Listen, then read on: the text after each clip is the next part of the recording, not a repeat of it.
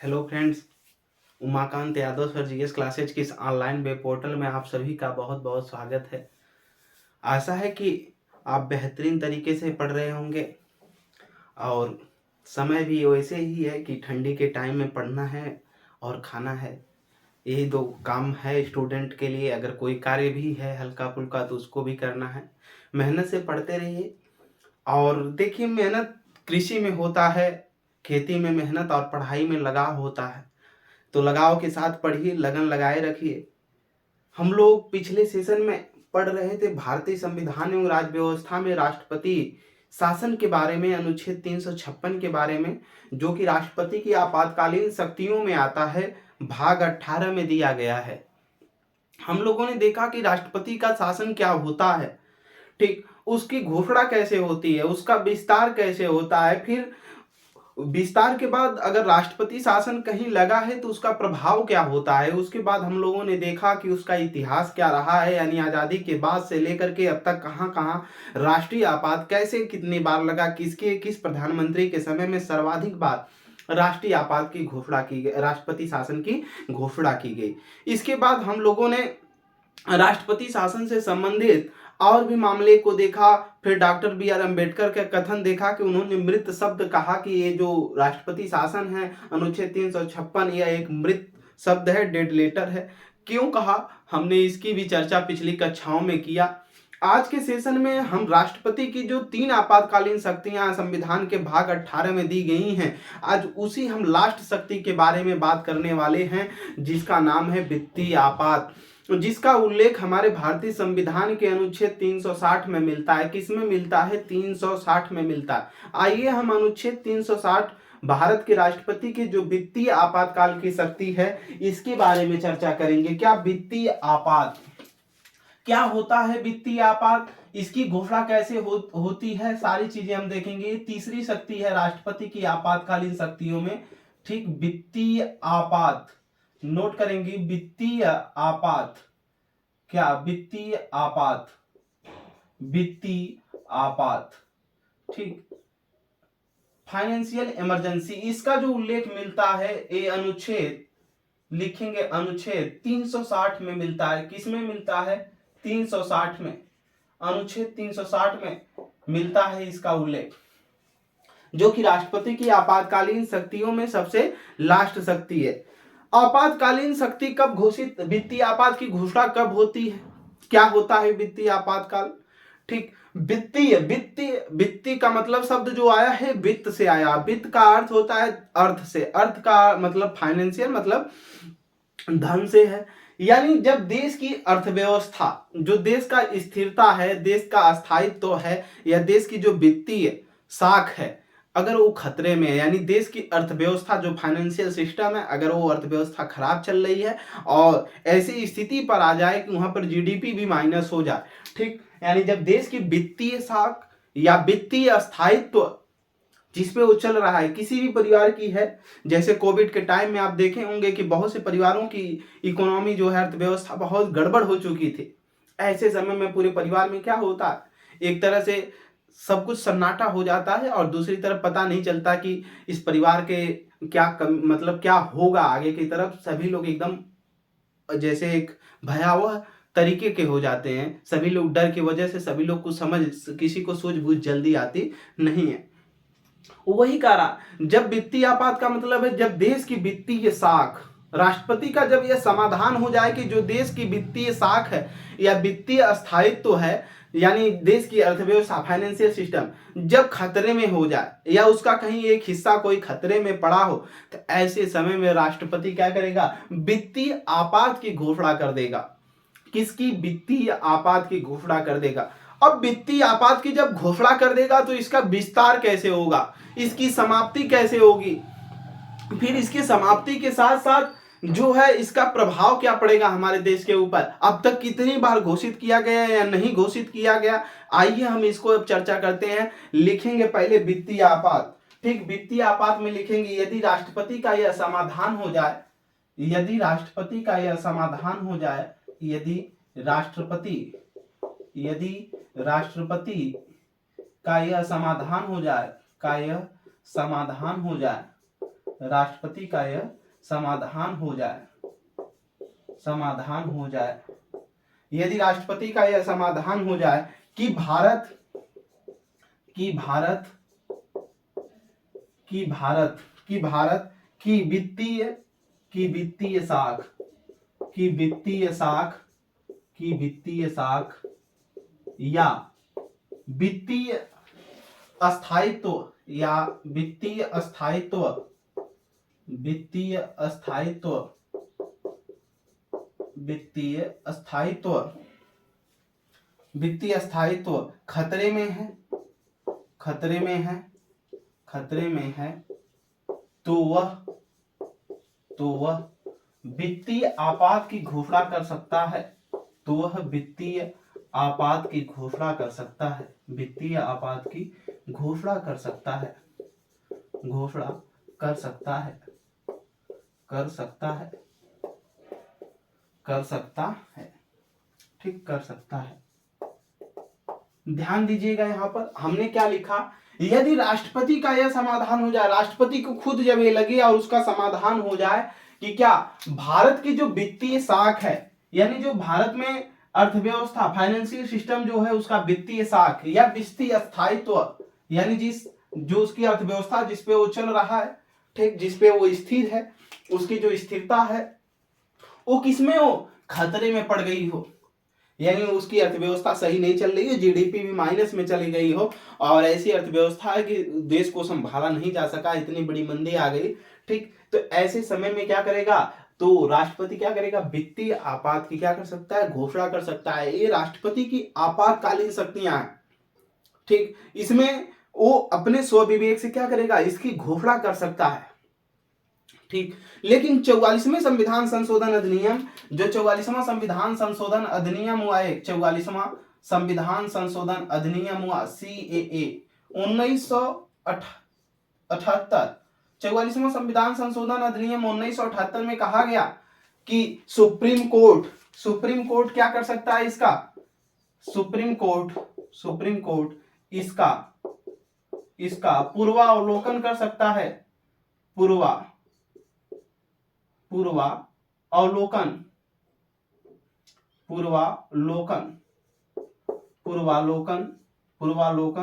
कर सकता है, जो सुप्रीम कोर्ट है, कहा गया कि इसका, यानी जब राष्ट्रपति वित्तीय आपात या वित्तीय साख की स्थिरता को देखते हुए उसको ये लगे कि देश की जो अर्थव्यवस्थाएं हैं, इसकी जो वित्तीय साख है हमारे देश की, ये खतरे में पड़ी हुई है, तो ऐसे समय में क्या करेगा, वो वित्तीय आपात की घोषणा कर सकता है। लेकिन 44वां संविधान संशोधन 1978 में कहा गया था कि जब राष्ट्रपति अगर ऐसा कर देता है तो सुप्रीम कोर्ट इसका क्या कर सकता है, पूर्वावलोकन कर सकता है, क्या कर सकता है, पूर्वावलोकन कर सकता है, उसके न्यायिक पुनरावलोकन कर सकता है कि नहीं ऐसा है या नहीं है, अगर नहीं है, वित्तीय साख देश की खतरे में नहीं है, तो ऐसे समय में इसको रद्द किया जा सकता है, ठीक। आइए अब इसका हम देखते हैं कि इसका घोषणा का विस्तार कैसे होता है, यानी वित्तीय जो आपात है इसकी घोषणा कैसे की जाएगी और ये कब विस्तार इसका होगा। आइए देखते हैं, हेडिंग डालेंगे वित्तीय आपात की घोषणा का विस्तार, वित्तीय आपात की घोषणा का विस्तार, वित्तीय आपात की घोषणा का विस्तार। कहीं कोई दिक्कत परेशानी होती है कमेंट सेक्शन में आप जरूर बताएं, ठीक। आइए देखते हैं हम लोग वित्तीय आपात की घोषणा का विस्तार, क्या वित्तीय आपात की घोषणा का विस्तार, हेडिंग रहेगी वित्तीय आपात की घोषणा का विस्तार, की घोषणा का विस्तार, यानी जो वित्तीय आपात लगेगा इसका विस्तार कैसे होगा इसको देखेंगे, वित्तीय आपात की घोषणा का विस्तार। जो राष्ट्रपति जब इसकी घोषणा करेगा कि देश की जो वित्तीय साख है, वित्तीय जो स्थिरता है, स्थायित्व है, वो खतरे में है, ऐसे समय में वित्तीय आपात की जब वो घोषणा कर देगा तो 2 माह के अंदर यानी 60 दिन के अंदर संसद के दोनों सदनों के द्वारा, लोकसभा और राज्यसभा के द्वारा संसद के दोनों सदनों द्वारा साधारण बहुमत से, दोनों सदन साधारण बहुमत से अलग अलग अगर इस घोषणा को अनुमोदन कर देते हैं, इस प्रस्ताव को अनुमोदन कर देते हैं, तो ये जो वित्तीय आपात की घोषणा राष्ट्रपति किया है ये अनिश्चित काल के लिए हो जाएगी। इसकी कोई समय सीमा निश्चित नहीं है, ये अनिश्चित काल के लिए रहेगी। जब तक राष्ट्रपति इसे समाप्त नहीं कर देता तब तक ये इसी तरह लागू रहेगी और इसको बार बार अनुमोदन कराने की आवश्यकता नहीं होती। एक बार अगर वित्तीय आपात की घोषणा हो गई तो ये हमेशा के लिए लगा रहेगा जब तक राष्ट्रपति इसको समाप्त नहीं कर सकता या सुप्रीम कोर्ट इसका न्यायिक पुनरावलोकन यानी पुनरावलोकन करके इसको रद्द नहीं कर सकता, तब तक ये वित्तीय आपात लगा रहेगा। तो विस्तार इसका कैसे होगा, इसमें लिखेंगे वित्तीय आपात की घोषणा, वित्तीय आपात की घोषणा, वित्तीय आपात की घोषणा, वित्तीय आपात की घोषणा, जो वित्तीय आपात की घोषणा है, वित्तीय आपात की घोषणा के प्रस्ताव को संसद के दोनों सदन, संसद के दोनों सदनों, संसद के दोनों सदनों द्वारा ठीक 60 दिन कोष्टक में लिख लेंगे 2 माह के अंदर साधारण बहुमत से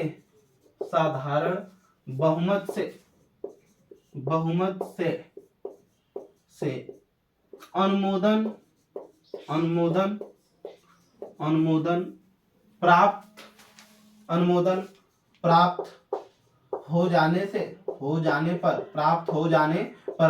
हो जाने पर यह अनिश्चित काल के लिए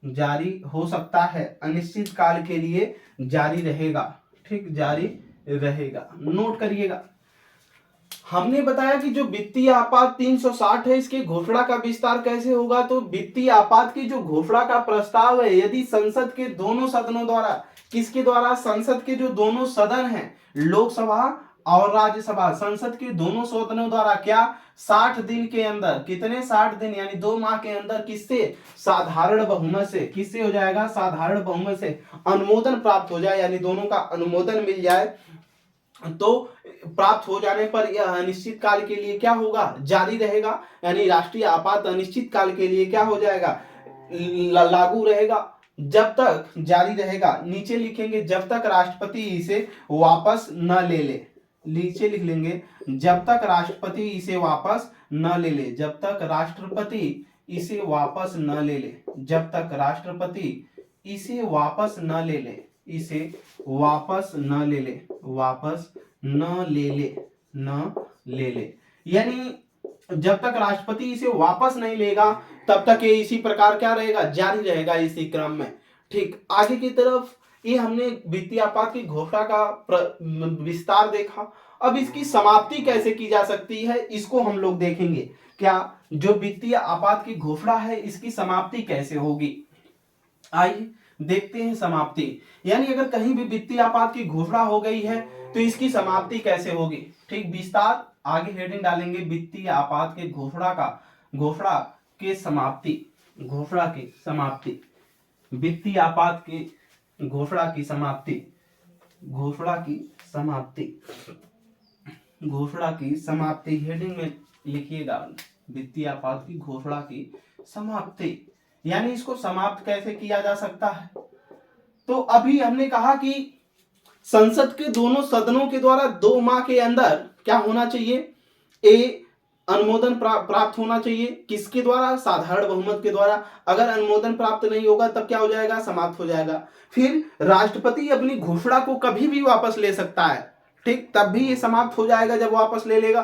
फिर अगली चीज है कि न्यायालय क्या कर सकता है, इसको 44वां संविधान संशोधन अधिनियम जो 1978 में हुआ उसके द्वारा क्या कर सकता है, पूर्वावलोकन करके 44वां संविधान संशोधन 1978 के द्वारा जो शक्ति मिली कि न्यायालय इसमें अवलोकन करके क्या कर सकता है, फिर से इसको रद्द कर सकता है। तो आइए समाप्ति में पहला नंबर लिखेंगे, राष्ट्रपति राष्ट्रपति राष्ट्रपति राष्ट्रपति अपनी घोषणा को कभी भी वापस ले सकता है, अपनी घोषणा को कभी भी वापस ले सकता है, अपनी घोषणा को कभी भी वापस ले सकता है, कभी भी वापस ले सकता है, कभी भी वापस ले सकता है, वापस ले सकता है। यानी जो भारत का राष्ट्रपति है, जो वित्तीय आपात की घोषणा किया है, वो अपनी घोषणा को कभी भी वापस ले सकता है।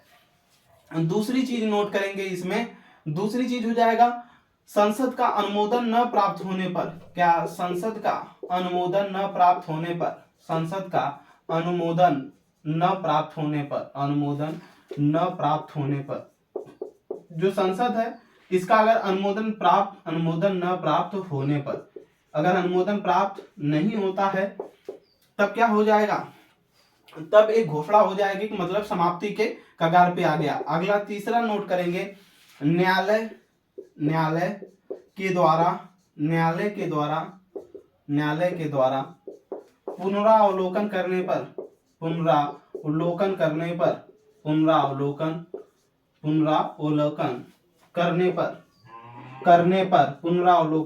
करने पर। ठीक, आइए समाप्ति में हम लोगों ने देखा कि 3 तरीके से समाप्त हो सकता है।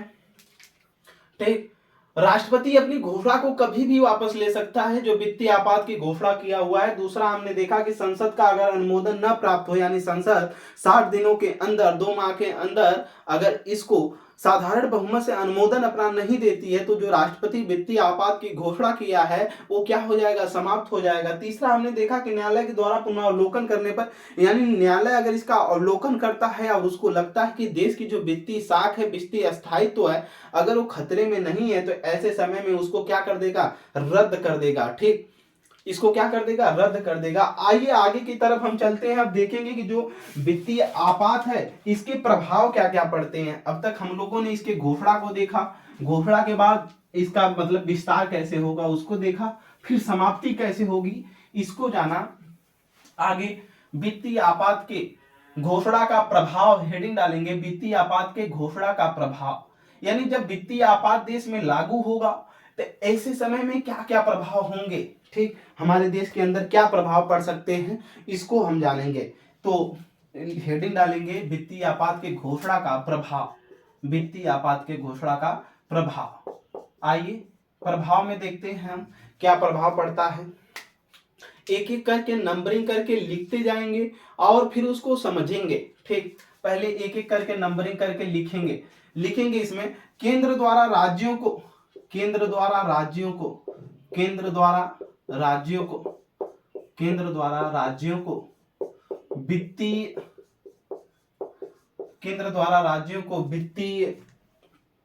वित्तीय आचरण के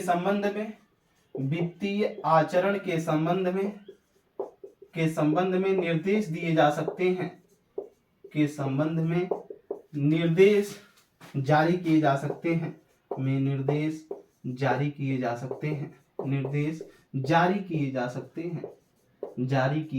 जा सकते हैं। ठीक, पहले पूरा नोट करेंगे। ठीक, पहला हो गया कि केंद्र द्वारा राज्यों को वित्तीय आचरण के संबंध में निर्देश जारी किए जा सकते हैं। फिर अभी हम सब पे एक एक करके चर्चा करेंगे। दूसरा लिखेंगे राज्यों के धन विधेयक को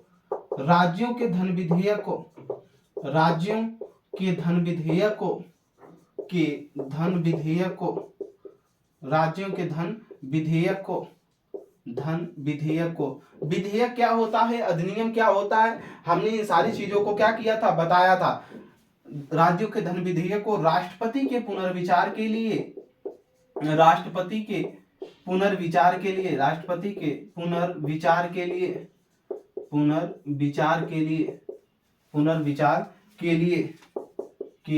आरक्षित किया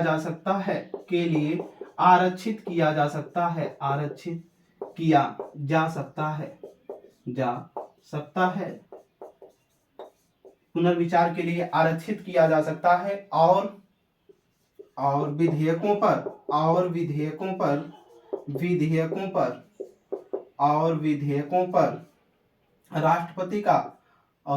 पर राष्ट्रपति का निर्णय अंतिम होगा। राष्ट्रपति का निर्णय अंतिम होगा। राष्ट्रपति का निर्णय क्या होगा? अंतिम होगा। ठीक, निर्णय अंतिम होगा। तीसरा लिखेंगे सरकारी कर्मचारियों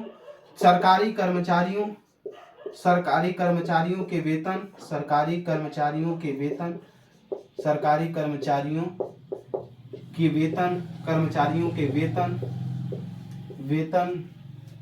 राष्ट्रपति कम कर सकता है। राष्ट्रपति कम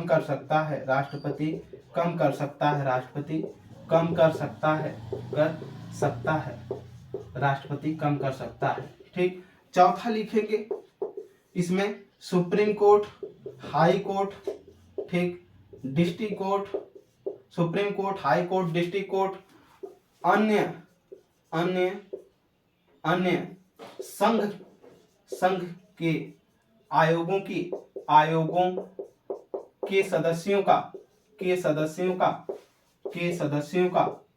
सदस्यों का वेतन कम किया जा सकता है।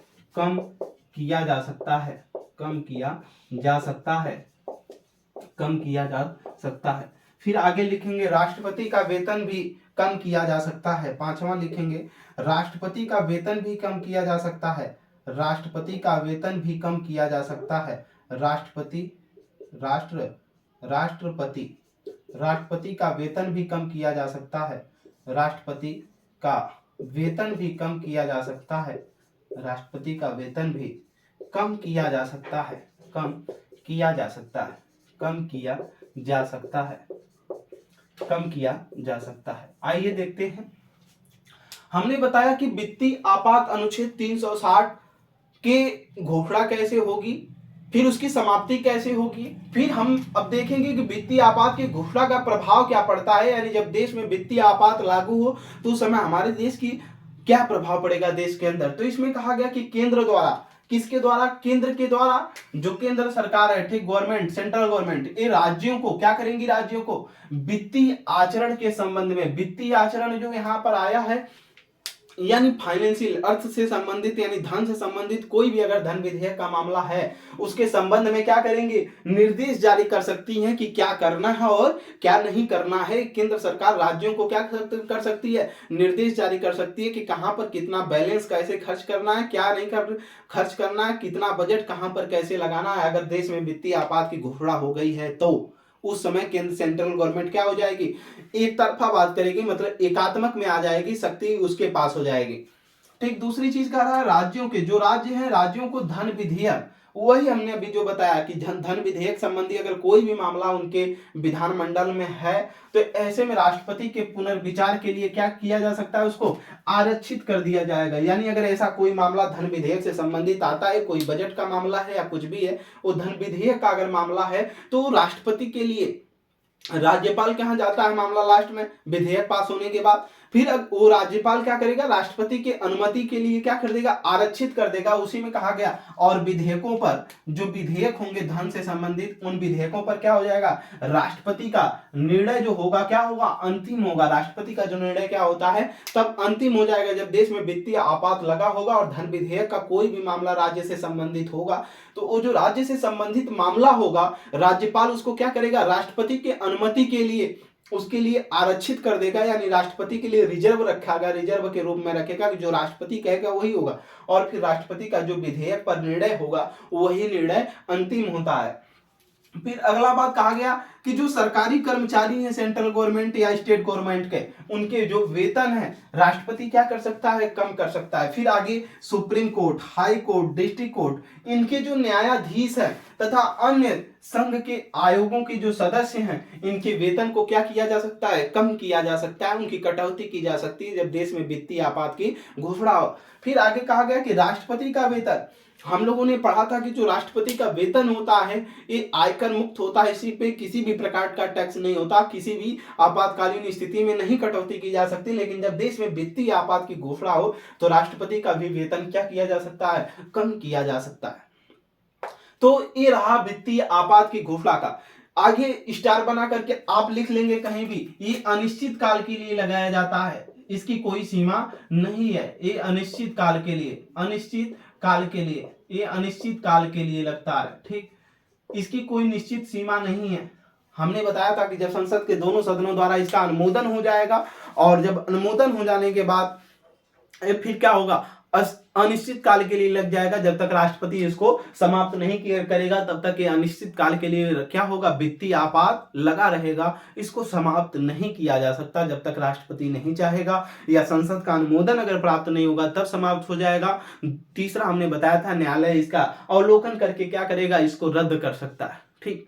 तो अगर आपसे कोई पूछता है कि वित्तीय आपात की समय क्या होती है, कितने समय में एक बार में ये अनुमोदन के द्वारा बढ़ाया जा सकता है, तो आप कहेंगे कि अगर एक बार अनुमोदन हो गया तो ये अनिश्चित काल के लिए क्या रहेगा, चलता रहेगा, इसको बार बार अनुमोदन करवाने की आवश्यकता नहीं पड़ती है, ये अनिश्चित काल के लिए लगा रहता है।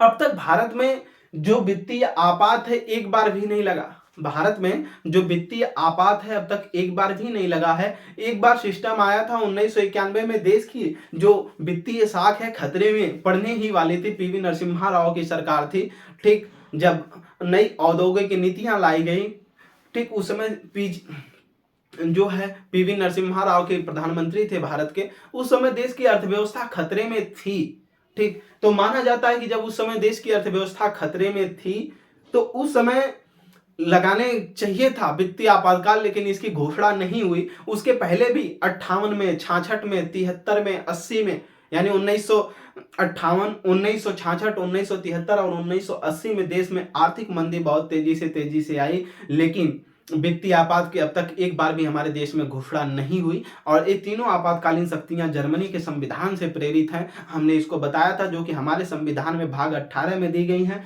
और तीनों आपातकालीन की जो शक्तियां हैं भारत के राष्ट्रपति को प्राप्त है, ठीक। हमने इसको बताया कि 352 में क्या है, 356 में क्या है और 360 में क्या है। तीनों इंपॉर्टेंट है परीक्षा के दृष्टि से, और तीनों मेंस के व्यू से कैसे हो सकती है, हमने सब कुछ मेंस के तरीके से भी इसका प्रभाव भी लिखवा दिया, ठीक। अब प्रभाव भी आप अगर लिख देते हैं मेंस की परीक्षाओं में तो आप एकदम आराम से पास हो सकते हैं।